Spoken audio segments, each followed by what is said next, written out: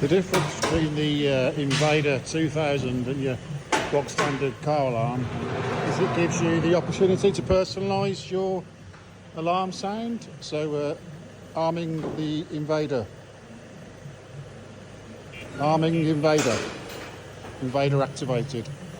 So any attempts on the vehicle will set the alarm off.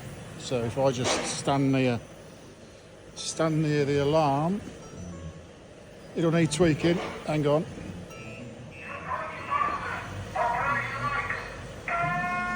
It'll need tweaking.